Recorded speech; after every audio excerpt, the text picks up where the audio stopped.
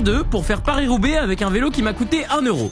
Hier, les 110 km de vélo m'ont détruit le corps. Du coup, ce matin, j'ai vraiment eu du mal à sortir du lit. J'ai donc pris difficilement mon vélo pour attaquer les 90 km du deuxième jour. Bravo. Et pendant la première heure, je vais être honnête, je roulais à 5 km de moyenne, qui est la vitesse de quelqu'un qui marche. En plus, après le corps, c'est mon mental qui a commencé à lâcher. J'étais au bout du rouleau. En plus, il pleuvait, mais du coup, ça avait un petit avantage, c'est que ça cachait mes larmes de souffrance. Jusqu'à ce que par total hasard, je rencontre... Oui, vous ne rêvez pas, mesdames et messieurs, la légende de Coldplay en train de faire de la pêche. What's your name? Christopher Martin, Coldplay. Coldplay is you. Et de le voir IRL, ça m'a donné un sacré coup de boost et ça m'a motivé à pédaler comme un ouf. Jusqu'à ce que 10 minutes après, ce soit autour du vélo lâché. Du coup, j'ai essayé de le réparer un peu comme j'ai pu, mais il roulait clairement plus aussi bien que le premier jour. Déjà que c'était pas top, là je vous laisse imaginer. Et quand tout va mal, on a juste besoin d'une grand-mère qui nous cuisine un bon petit plat des familles. Moi j'ai eu de la chance, j'ai rencontré Marie-Madeleine qui a su trouver les mots justes.